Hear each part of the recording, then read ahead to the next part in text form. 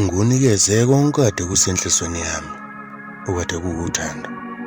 Ngayenza yonke imizamo futhi kuwena ekhombisa uthando. Kukho konke lokho wakhetha ukungibhanqa nomoya. Ungaxolisi, imina kumele axolise lapho.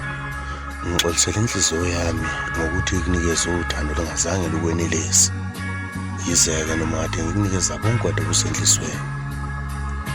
Iphutha akulona iphutha lelo. Ukwehlisa isikhini sangaphansi usehlisela omunye umuntu akulona iphutha.